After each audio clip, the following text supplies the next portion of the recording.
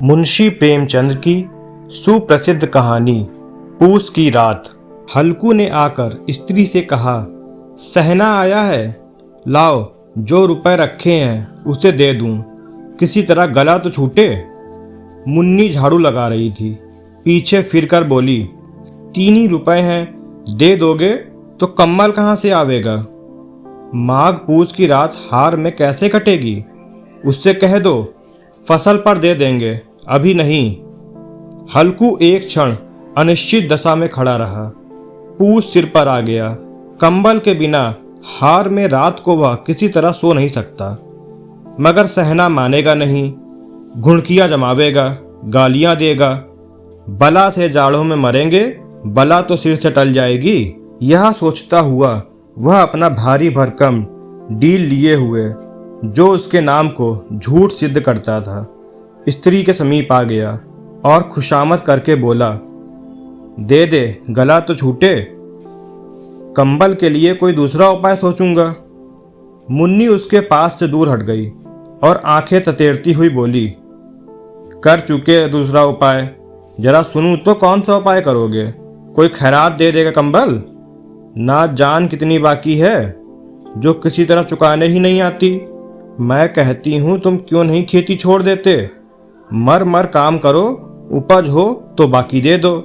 चलो छुट्टी हुई, बाकी चुकाने के लिए ही तो हमारा जन्म हुआ है, पेट के लिए मजूरी करो, ऐसी खेती से बाज आए, मैं रुपए ना दूंगी ना दूंगी। हल्कू उदास होकर बोला, तो क्या गाली खाऊं। मुन्नी ने तड़प कर कहा, गाली क्यों देगा, क्या उसका राज है। मगर यह कहने के साथ ही उसकी तनी हुई भौएं ढीली पड़ गईं।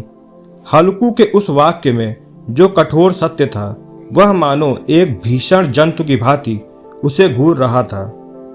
उसने जाकर आले पर से रुपए निकाले और लाकर हल्कू के हाथ पर रख दिए। फिर बोली, तुम छोड़ दो अब की से खेती, मजूरी में सुख से एक रोटी तो खाने को मिलेगी, किसी की धौंस तो ना रहेगी। अच्छी खेती है, मजूरी करके लाओ, वह भी उसी में झोंक दो, उस पर धौंस। हल्कू ने रुपए लिए और इस तरह बाहर चला मानो हृदय निकाल कर देने जा रहा हो। उसने मजूरी से एक एक पैसा काट काट कर 3 रुपए कंबल के लिए जमा किए थे। वह आज निकले जा रहे थे।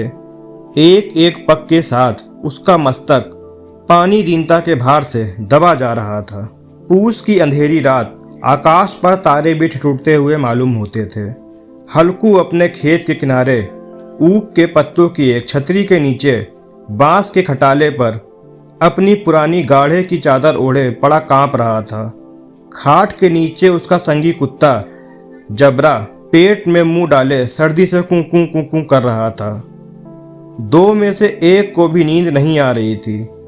हल्कू ने घुटनियों को गर्दन में चिपकाते हुए कहा, क्यों जबरा, जाड़ा लगता है। कहता तो था घर में पुआल पर लेट, तो यहाँ क्या लेने आया है।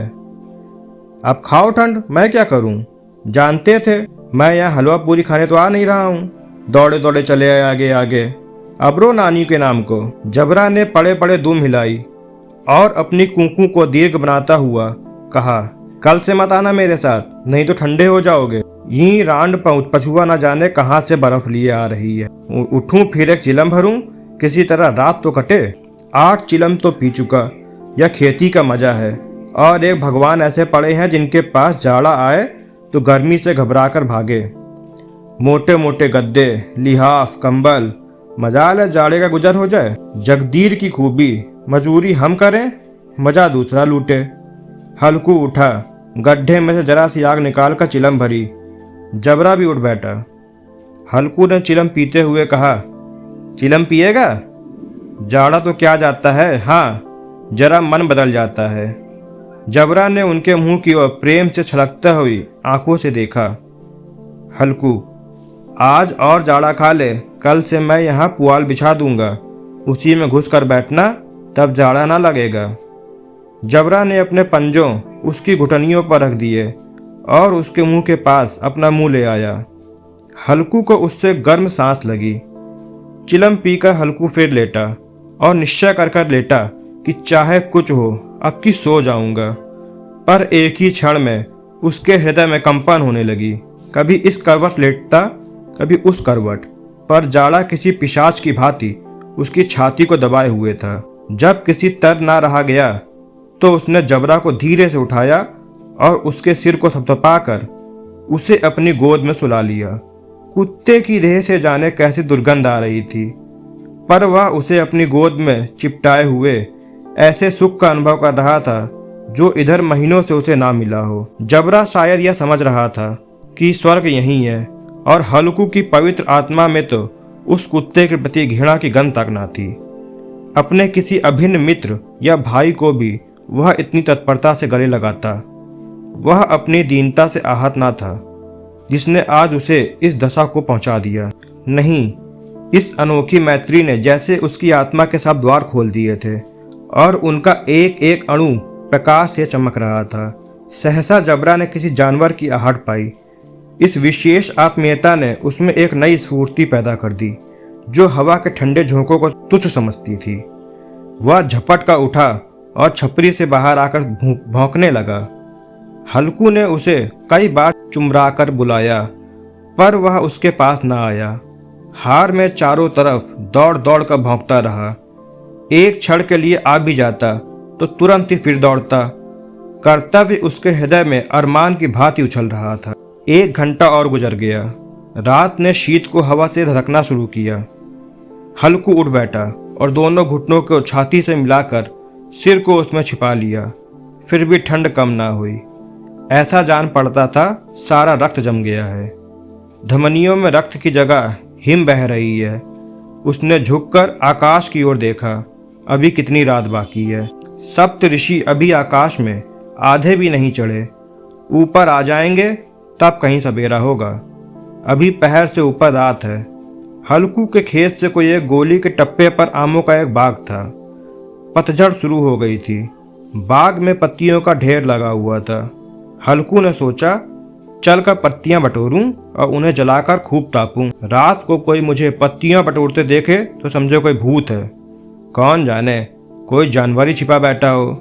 मगर अब तो बैठे नहीं रह जाता। उसने पास के अरहर के खेत में जाकर कई पौधे उखाड़ लिए और उनका एक झाड़ू बनाकर हाथ में सुलगता हुआ उपला लिए बगीचे की तरफ चला। जबरा ने उसे आते देखा, पास आया और दुम हिलाने लगा। हल्कू ने कहा, अब तो नहीं रहा जाता जबरू, चलो बगीचे में पत्तियां बटोर के तापें। टाटे हो जाएंगे तो फिर आकर सोएंगे। अभी तो बहुत रात है। जबरा ने कूं कूं करके सहमति प्रकट करी और आगे बगीचे की ओर चला। बगीचे में खूब अंधेरा छाया हुआ था और अंधकार में निर्दय पवन पत्तियों को कुचलता हुआ चला जाता था। वृक्षों से ओस की बूंदें टप टप नीचे टपक रही थीं। एकाएक एक झोंका मेहंदी के फूलों की खुशबू लिए हुए आया। हल्कू ने कहा, कैसी अच्छी महक आई झबरू, तुम्हारी नाक में भी तो सुगंध आ रही है। जबरा को कहीं जमीन पर एक हड्डी पड़ी मिल गई थी। हल्कू ने आग जमीन पर रख दी और पत्तियां बठारने लगा। जरा देर में पत्तियों का ढेर लग गया था। हाथ ठिठुरे जाते थे, नंगे पांव गले जाते थे और वह पत्तियों का पहाड़ खड़ा कर रहा था। इसी अलाव में वह ठंड को जलाकर भस्म कर देगा। थोड़ी देर में अलाव जल उठा। उसकी लौ ऊपर वाले वृक्ष की पत्तियों को छू छू कर भागने लगी। उस अस्थिर प्रकाश में बगीचे के विशाल वृक्ष ऐसे मालूम होते थे मानो उस अथाह अंधकार को अपने सिरों पर संभाले हुए हों। अंधकार के उस अनंत सागर में यह प्रकाश एक नौका के समान हिलता मचलता हुआ जान पड़ता था। हल्कू अलाव के सामने बैठा आग ताप रहा था। एक क्षण में उसने दोहर उतार कर बगल में दबा ली। दोनों पांव फैला दिए मानो ठंड को ललकार रहा हो। तेरे जी में आए सो कर। ठंड की असीम शक्ति पर विजय पाकर वह विजय गर्व को हृदय में छिपा न सकता था। उसने जब्बरा से कहा, क्यों जब्बर, अब ठंड नहीं लग रही ना? जब्बर ने कूं कूं करके मानो कहा, अब क्या ठंड लगती रहेगी? पहले से यह उपाय ना सूझा, नहीं इतनी ठंड क्यों खाते? जब्बर ने पूंछ हिलाई। अच्छा आओ इस अलाव को कूद कर पार करें, देखे कौन निकल जाता है। अगर जल गए तो मैं दवा ना करूँगा। जब्बर ने उस अग्निराशि की ओर कातर नेत्रों से देखा। मुन्नी से कल ना कह देना, नहीं लड़ाई करेगी। यह कहता हुआ वह उछला और उस अलाव के ऊपर से साफ निकल गया। पैरों में जरा लपट लगी, पर वह कोई बात न थी। जबरा आग के इर्द गिर्द घूमकर उसके पास आ खड़ा हुआ। हल्कू ने कहा, चलो चलो, इसकी सही नहीं, ऊपर से कूद के आओ। वह फिर कूदा और अलाव के इस पार आ गया। पत्तियां जल चुकी थीं। बगीचे में फिर अंधेरा छा गया था। राख के नीचे कुछ कुछ आग बाकी थी, जो हवा का झोंका आ जाने पर जरा जाग उठती थी, पर एक क्षण में फिर आंखें बंद कर लेती थी। हल्कू ने फिर चादर ओढ़ ली और गर्म राख के पास बैठा हुआ एक गीत गुनगुनाने लगा। उसके बदन में गर्मी आ गई थी, पर ज्यों-ज्यों शीत बढ़ती जाती उसे आलस दबाए लेता। जबरा जोर से भौंककर खेत की ओर भागा। हल्कू को ऐसा मालूम हुआ कि जानवरों का एक झुंड खेत में आया है। शायद नील गाय का झुंड है। उनके कूदने दौड़ने की आवाज़ें साफ कान में आ रही थीं। फिर ऐसा मालूम हुआ कि खेत में चर रही हैं।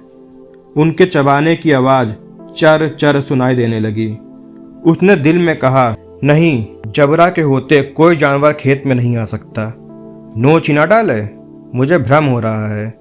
कहाँ अब तो कुछ सुनाई भी नहीं देता। मुझे भी कैसा धोखा हुआ। उसने जोर से आवाज़ लगाई, जबरा जबरा। जबरा भौंकता रहा, उसके पास ना आया। फिर खेत के चरे जाने की आहट मिली। अब वह अपने को धोखा ना दे सका। उसे अपनी जगह से हिलना जहर लग रहा था। कैसा ददाया हुआ बैठा था। इस जाड़े पाले में खेत में जाना, जानवरों के पीछे दौड़ना असह्य जान पड़ा।